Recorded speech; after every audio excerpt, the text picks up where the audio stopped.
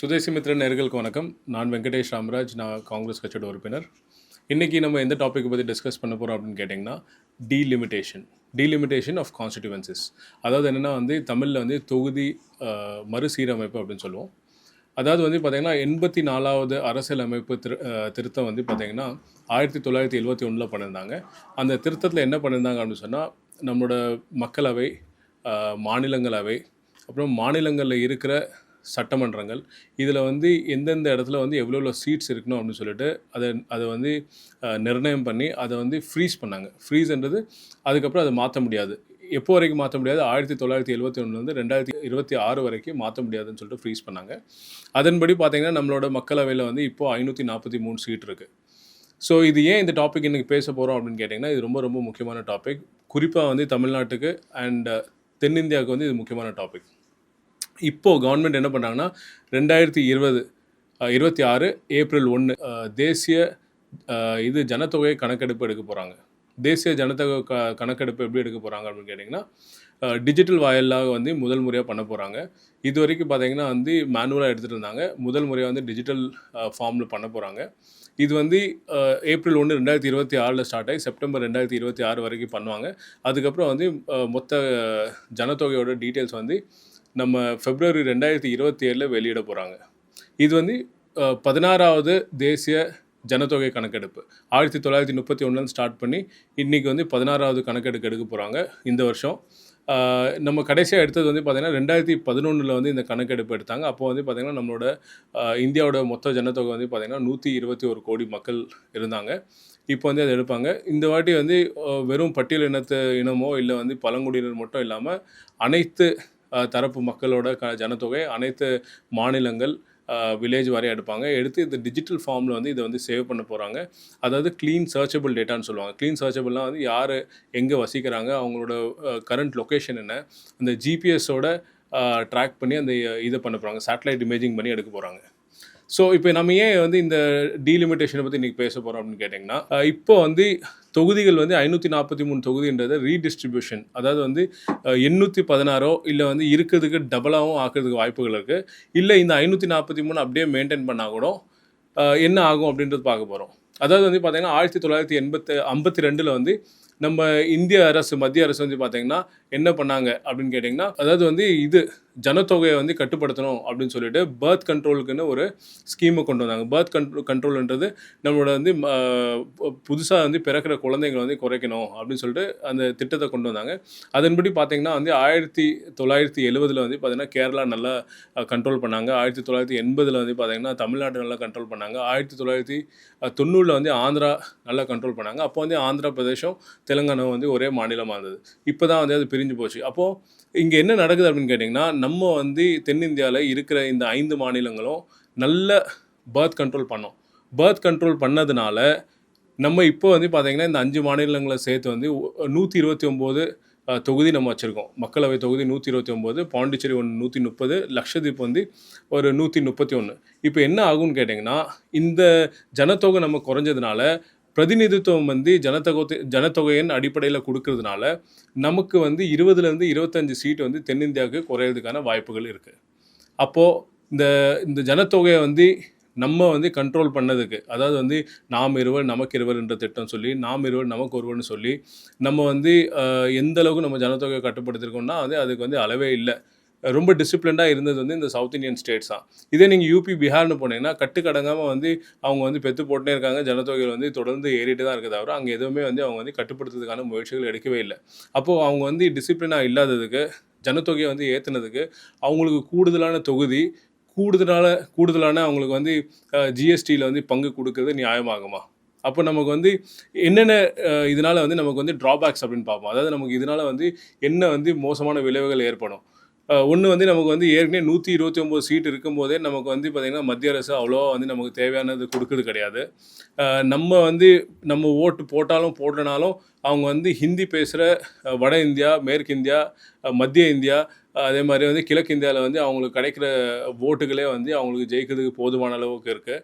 அப்போ நமக்கு சீட்டு குறைஞ்சி அந்த பக்கம் சீட் ஏறிச்சுன்னா அப்போ அவங்க வெல்றதுக்கான வாய்ப்புகளும் அதிகரிக்கும். அது இல்லாமல் பார்த்தீங்கன்னா உங்களுக்கு எல்லாருக்குமே தெரியும், இந்தியாவில் 2வது பொருளாதாரத்தில் வந்து 2வது இடத்துல இருக்குது வந்து தமிழ்நாடு மாநிலம், மகாராஷ்டிராவுக்கு அப்புறம். அப்போ அதிகபட்ச பொருளாதாரம் நம்மகிட்ட தான் இருக்குது. அதிகபட்சம் ஜிஎஸ்டி கூட வந்து நம்ம second largest GST paying state. நம்ம தமிழ்நாடு தான் வந்து ஜிஎஸ்டியில் வந்து பார்த்திங்கன்னா 2வது அதிகமாக பே பண்ணுற மாநிலம். அப்போ நமக்கு எவ்வளோ ஜிஎஸ்டி திருப்பி அவங்க மத்திய அரசு தராங்க அப்படின்னு கேட்டிங்கன்னா, ₹1 வாங்குகிற ஜிஎஸ்டிக்கு 29 காசு தான் திருப்பி தராங்க. அப்போ இதே நிலையை வந்து போச்சுன்னா நமக்கு வந்து சீட்டு குறைஞ்சிச்சின்னு சொன்னால் பிரதிநிதித்துவம் குறையும், நமக்கு வர வேண்டிய ரெவென்யூ குறையும், மற்ற எல்லா சலுகையிலுமே நம்ம பின்தங்கிடும். நம்ம கலாச்சாரத்துக்கு ஏற்கனவே வந்து மத்திய அரசு வந்து அங்கீகரிக்கிறது கிடையாது. கலாச்சாரமாக இருக்கட்டும், நம்மளோட வந்து தொல்பொருள் ஆராய்ச்சியாக இருக்கட்டும், இல்லை வேறு எதுவாக இருந்தாலும் வந்து நமக்கு அந்த அங்கீகாரமோ உரிய இதுவோ அக்னாலேஜ்மெண்ட் எதுவுமே இல்லை. அப்போ வந்து இது வந்து குறைஞ்சா நமக்கு வந்து எவ்வளோ ஒரு பெரிய தாக்கத்தை உருவாகும் நீங்களே நினச்சி பாருங்கள். இப்போ மக்கள் வந்து நீங்கள் இந்த வீடியோவை பார்த்துட்ருக்கீங்க. இங்கே நான் என்ன சொல்ல வரேன் அப்படின்னு கேட்டேன்னா, ஏன் இந்த வீடியோ முக்கியமாக டீலிமிட்டேஷனை பற்றி பண்ணுறோன்னா, நம்ம மாநிலங்கள் நல்ல பெர்ஃபார்ம் பண்ணதுனால நமக்கு வந்து நம்ம மத்திய அரசுக்கிட்ட நான் என்ன கேட்டுக்கிறேன்னு சொன்னால், ஜனத்தொகையின் அடிப்படையில் வந்து இந்த சீட் டீலிமிட்டேஷனில் வந்து மறுசீரமைப்பு பண்ணும்போது நம்மளோட சீட்ஸ் குறைக்கக்கூடாது. என்ன கேட்டால் வந்து இன்னும் இன்க்ரீஸ் பண்ணணும். ஏன் இன்க்ரீஸ் பண்ணணும் அப்படின்னு கேட்டிங்கன்னா, நம்ம ஃபஸ்ட்டு வந்து ஜனத்தொகையை குறைச்சிருக்கோம். அப்போ நம்ம ஜனத்தொகையை குறைச்சதுக்கு நமக்கு ரிவார்ட் கொடுக்கணும். 2வது வந்து டோட்டல் ஃபர்டிலிட்டி ரேட் அப்படின்னு சொல்லுவோம். டோட்டல் ஃபர்டிலிட்டின்றது கிட்டத்தட்ட வந்து பார்த்திங்கன்னா இந்த ஜனத்தொகை தான் வந்து நம்ம சொல்லணும். ஐஎம்ஆர் சொல்லணும். ஐஎம்ஆர்ன்றது infant mortality rate. Infant mortality ரேட்ன்றது பச்சிலன குழந்தைகள் வந்து பிறக்கிறதுக்கு முன்னாடியே வந்து இறக்குறாங்களே பிறந்த உடனே, அது வந்து பார்த்திங்கன்னா நம்ம தமிழ்நாட்டில் ரொம்ப ரொம்ப கண்ட்ரோல் பண்ணியிருக்கோம். அப்புறம் ஹியூமன் டெவலப்மெண்ட் இண்டெக்ஸ்ன்றது மனிதர்கள் நம்ம மாநிலங்களில் வாழ்கிற மக்கள் வந்து அவங்களோட வாழ்க்கை தரம், அவங்களுக்கு வந்து அவங்களோட பெர் கேபிட்டா இன்கம், அதாவது தனிநபர் வருமானங்கள் எல்லாமே வந்து அதிகமாக இருக்குது. அப்போ நம்ம கவர்மெண்ட் வந்து நல்லா பண்ணிகிட்ருக்காங்க. அதுக்கப்புறம் ஜிடிபி, கிராஸ் டொமெஸ்டிக் ப்ராடக்ட்னா மொத்த இந்தியாவில் வந்து உற்பத்தி பண்ணுற உற்பத்திகள், அதாவது வேளாண் உற்பத்தியாக இருக்கட்டும், இல்லை வந்து இண்டஸ்ட்ரீஸ் தொழிற்சாலையிலேருந்து பண்ணுற உற்பத்திகளாக இருக்கட்டும், இல்லை ஏற்றுமதி பண்ணுறாகட்டும், இதுலேயும் வந்து நம்ம வந்து முன்னோடியாக இருக்கும். அப்போ வந்து நம்ம எவ்வளோ நம்ம ஜிடிபிக்கு வந்து இந்த இந்தியாவுக்கு வந்து கான்ட்ரிபியூட் பண்ணுறோம், நம்மளோட பங்கு எவ்வளோ இருக்குன்னு அதை வந்து எடுத்துக்கணும்.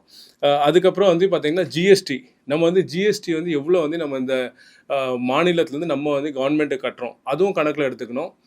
அதுக்கப்புறம் வந்து முக்கியமாக ஜெண்டர் பேரிட்டின்றது என்னன்னா, நீங்கள் வந்து ஒரு 30-35 வருஷத்துக்கு முன்னாடி வந்து நம்மளோட ஆணுக்கும் பெண்ணுக்கும் உள்ள வந்து நீங்கள் ஜனத்தொகையில் கணக்கு எடுத்தீங்கன்னா 1000 ஆணுக்கு வந்து பார்த்தீங்கன்னா 920 பெண்கள், 940 பெண்கள் அப்படின்னு இருப்பாங்க. ஆனால் வந்து தமிழ்நாட்டில் பார்த்தீங்கன்னா வந்து ஒரு காலத்தில் வந்து கள்ளிப்பால் கொடுத்து குழந்தைங்களை வந்து பெண் குழந்தைங்களை கொண்டுட்டு இருந்தாங்க.